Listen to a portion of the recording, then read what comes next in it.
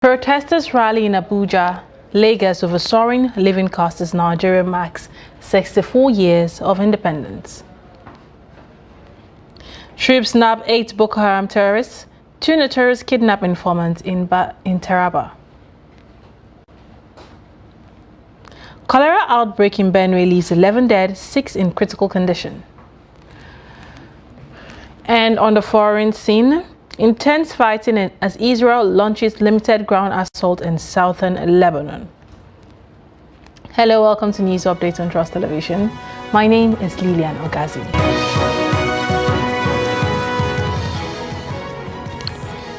And now to the news. President Bola Tinubu in a national broadcast on Tuesday declared that Nigeria must reform to secure progress and prosperity or risk collapse by continuing with the status quo. Reflecting on the country's precarious state due to past mistakes and missed opportunities, Tinubu urged Nigerians to prevent these errors from shaping the future. He highlighted that 16 months into his administration, vital reforms to political economy and defense sectors were necessary to steer Nigeria from its critical juncture. The address was part of the president's message for Nigeria's 64th independence anniversary. We celebrate the progress we have made as people in the last 64 years. We must also recognize some of our missed opportunities and mistakes of the past if we are to become one of the greatest nations on earth as God has destined us to be. Our mistake must not be follow into the future. My administration took over leadership of our country 16 months ago at a critical juncture. The economy faced many headwinds and our physical security highly impaired. We found ourselves at a distant crossroad where we must choose between two paths: reform for progress and prosperity, or carry on the business as usual and collapse. We decided to reform our political economy and defense architecture.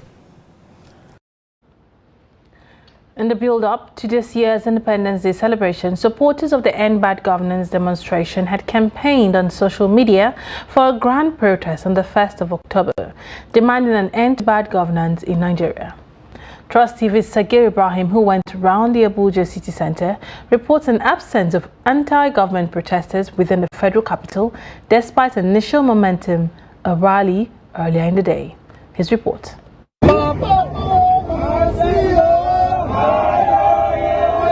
This was supposed to be the beginning of the End Bad Governance protest in Abuja, but the euphoria of activism was cut short after security operatives dispersed the demonstrators, which seemed to have been gaining momentum.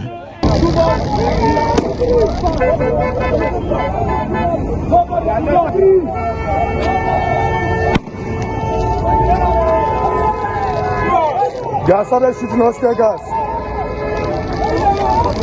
They are trying to disperse us. Don't move, comrades, don't move. Don't move, comrades, don't move. At the city center, the presence of heavy security is visible, cutting off entry routes into the Three Arms Zone, where the Presidential Villa, National Assembly, Supreme Court, Federal Secretariat, among other federal government buildings is located.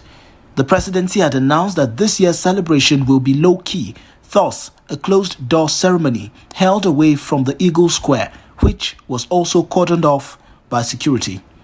As the search for the End Bad Governance demonstrators continued, we encountered some demonstrators led by the national president of the National Association of Nigerian Students.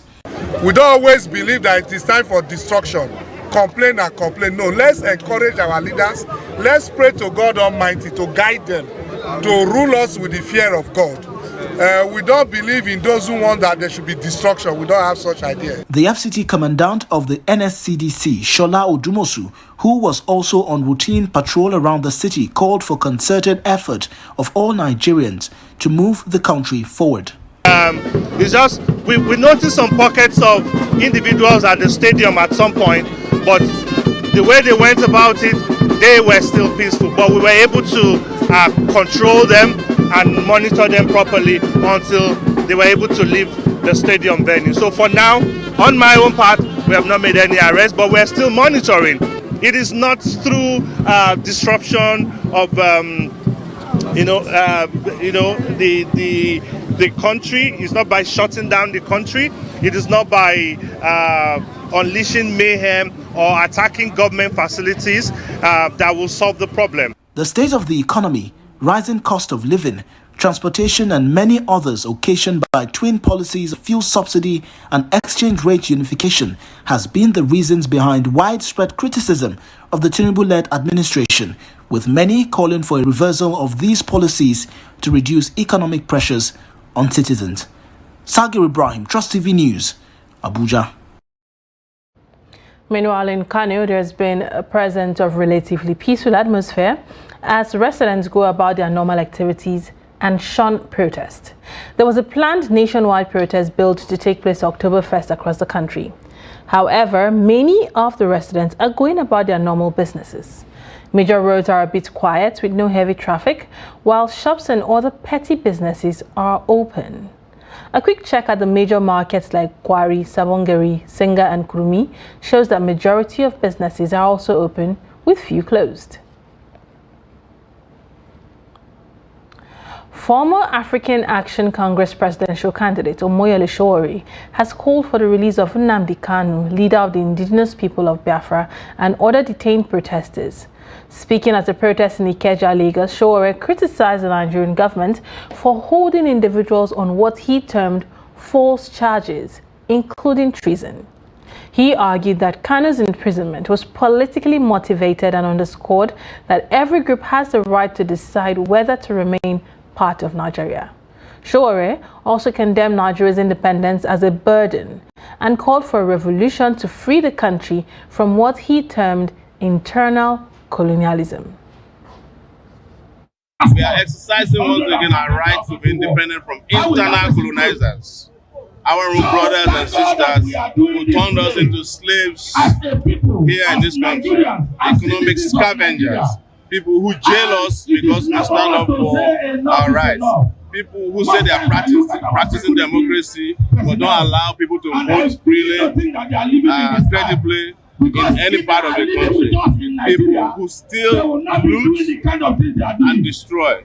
They are the ones that we are up against, and this is going to be a continuation of what we started in 2019, which was called Revolution Now, Revolt. Meanwhile, in Port Harcourt, thugs have seized control of the protest ground in front of the Federal Secretariat around Aba Road, brandishing canes and declaring that no protest will be allowed in River State. They've also threatened to assault any journalist caught filming the scene.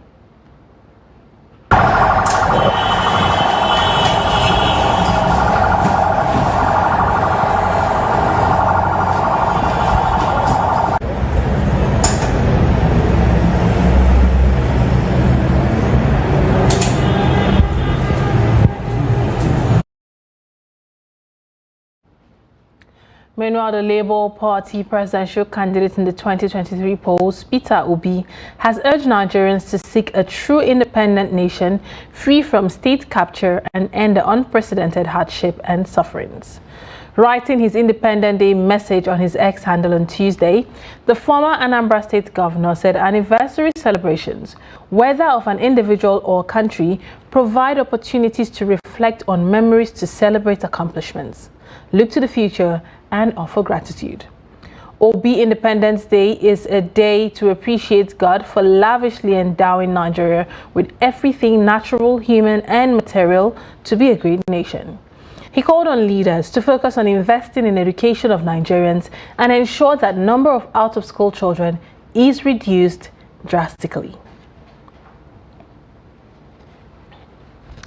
As Nigeria joins the rest of the world to mark this year's International Day of Older Persons, stakeholders have, among other things, advocated for an age-friendly culture in communities. This, according to the stakeholders who spoke on the sideline of a commemorative gathering, is to ensure that over 9 million Nigerians classified as senior citizens enjoy their later years without any form of abuse. Trust TV's Noel Sampson has more. The International Day of Older Persons, which is observed on October 1st each year, was established by the United Nations General Assembly on December 14th, 1990, as recorded in Resolution 45-106. The holiday, which was observed for the first time in October 1st, 1991, provides many opportunities on many platforms to celebrate older persons and their contributions, and also highlight issues that concern them. In Nigeria, ex-President Muhammadu Buhari declared 5th October annually as the National Day of Older Persons as part of efforts to develop age-friendly culture in communities, among other issues affecting older people. First is attitudinal, and it's also cultural. So our cultural values really celebrated aging and older persons and their significance in society. So there has to be a reorientation. And that comes from all the stakeholders within the community, first and foremost. So it comes from family, how they present the grandparents, and how they recognize the value of the work that grandparents do within the family. So you talk about the grandmother who goes to carry the baby when the baby is born. Is that work valued? Is that work valued, or is taken for granted? Oh, she's old. I'll let her come and help me with my baby. But that is major work that we are going to have it costed because we are certifying those caregivers. So first and foremost is reorientation. Truly, Nigeria can appreciate the contribution of the older persons in society, by being engaged, just as we have just learned. Older persons have been engaged and they contribute importantly for, ensuring that they sensitize, ensuring that they equip, ensuring that they mentor, the youth to be who they should be. Experience cannot be bought. It can only be had after a period of passing through it. And when you take a older person, 60 or 65 and above, what they must have passed through, both formal and informal, is invaluable to younger ones. So by the time that they have that one, the added value for them to society is unquantifiable. That's summary. The added value of older person to society is unquantifiable. But what they have gotten is not from the blue, it's from what he has passed through. And when you read something in the textbook, it's not from the person who has passed through telling you what has happened.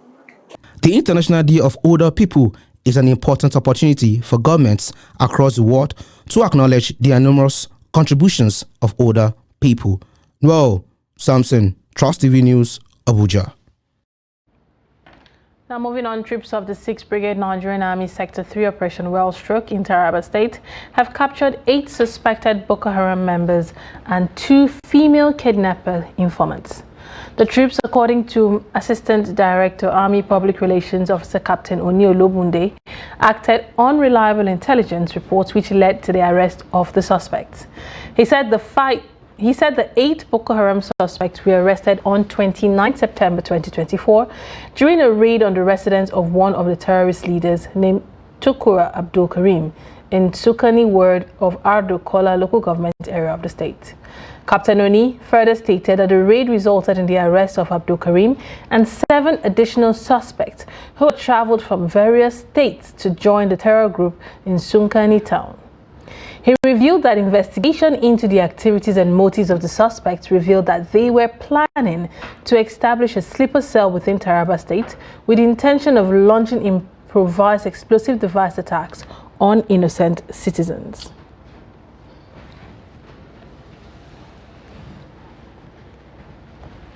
This is news update coming to you from Trust Television. Coming up, Jalingo laborers struggle as soaring building materials costs halt construction projects. This and more when we return this day.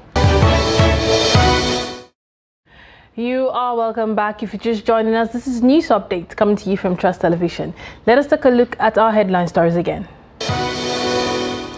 Protesters rally in Abuja, Lagos over soaring living costs as Nigeria marks 64 years of independence. And troops nab 8 Boko Haram terrorists, 2 notorious kidnap informants in Taraba. Now moving on to other stories, starting off with health. A suspected cholera outbreak in Akpagbozu community of Agila district in Ado local government area of Benue state has resulted in 11 fatalities with 6 others in critical condition. The immediate past secretary of Ado local government council Perpetual Okafo told newsmen in Makurdi on Monday that the outbreak began 4 days ago and escalated quickly with the death toll rising daily. She said efforts to hire private medical personnel to assist the affected people proved individuals have been hampered by lack of resources. In response to the outbreak, Benue State Commissioner for Health and Human Services, Yanma Oreshe, said health officials are actively addressing the situation. He noted the samples are being collected for testing to confirm whether the illness is indeed cholera. Laborers at a building construction site in Jalingo, the Taraba state capital, say they are gradually becoming idle as a result of the drop in construction jobs in the state. The drop, according to contractors, is due to the surge in the prices of building materials as well as the cost of transportation, which has doubled due to the recent hike in the price of petrol. The report. Checks around the city center reveal that most of the building construction sites have stopped, while markets dedicated to the sales of building materials are experiencing low patronage. Also, block industries, cement shops, and many other building material shops at the town are looking deserted as a result of low patronage. Things has escalated so bad that even we as businessmen are finding it tough. For instance, I know as of last year, January, I can get a truck of cement that I'm selling to people at 3.8, 3.9. But this time around, you have a truck of cement that you buy at 7 point something. Not only being expensive, but the patronage too is very, very low. So compared with the previous years. Gaskia. Before now, you sell a set at the rate of 25,000 naira, but now it goes for 55,000 naira, while some are sold at 80,000 naira. They are calling on the government to help us and stabilize the prices of things in the market. A job that once cost 500,000 naira to deliver now costs over 2 million naira. As things stand now, if you want to build a house and you know that your money is not enough, don't start. Instead, invest what you have and gather more. For laborers, the situation is getting out of hand, as they were always engaged in 1 or 2 delivery or menial job at different sites, unlike now that they can hardly have 2 tons in a day. They added that affording the daily meals is now a challenge, let alone meeting other needs. I have been here since morning. I have not been engaged to do any work, and it's almost 1 o'clock. I have not even had breakfast up to now. Contractors are no longer coming because things have become too expensive. If they can come to our aid to see that they should bring down or subsidize the price of things, so that at least you see people don't build, because going to market to buy things now is very cost, and the problem there is not even the building. People are just looking for what to eat now. A Jalingo-based contractor blamed multiple taxation on delivery trucks, transportation costs, as well as the surge in the price of building materials for the decline in building construction jobs in the states. And the increment of the price, one of the major challenges is that after purchase the materials, 1 truck maybe from Lagos, you pay a transport, you brought it here. Before you sell the materials finish, before you go back to market, the price is more than even what you sell. So before you buy 1 truck, you have to go and look for a capital somewhere to complete. They all urge the federal government to address the fuel crisis in the country, which has a multiplied effect on all other sectors. Now, away from Nigeria, The Israeli military said intense fighting has erupted with Hezbollah in southern Lebanon on Tuesday after its paratroops and commandos launched a limited ground incursion in southern Lebanon. The cross-border operation opened a new front in Israel's year-long war against its Iranian-backed adversaries. The Israeli military early Tuesday said its troops have started ground raids in southern Lebanon against Hezbollah targets. U.S. Defense Secretary Lloyd Austin offered support to Israeli Defense Minister Yoav Gallant for dismantling attack infrastructure, along with Lebanon's border with Israel. Israeli Prime Minister Benjamin Netanyahu issued a warning to Iran on Monday, just days after an airstrike south of Beirut killed the leader of the Lebanese Hezbollah group, which is backed by Tehran. Hezbollah deputy leader Naim Qassem on Monday said the group would appoint a new leader and continue the fight against Israel in his first speech since Hassan Nasrallah's killing. And in sport, Basketball Hall of Famer Dikembe Mutombo is no more.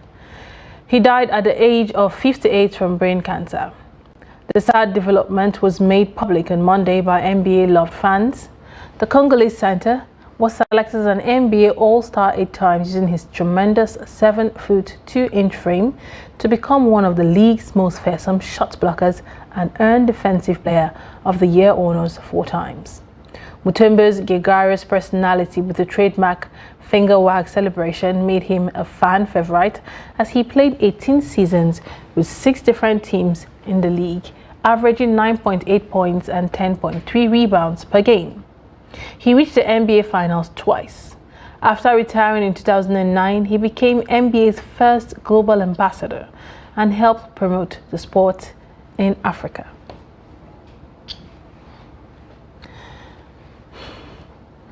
With that, we've come to the end of News Updates here on Trust TV. Do want to follow us across all our social media platforms for more news programs and documentaries.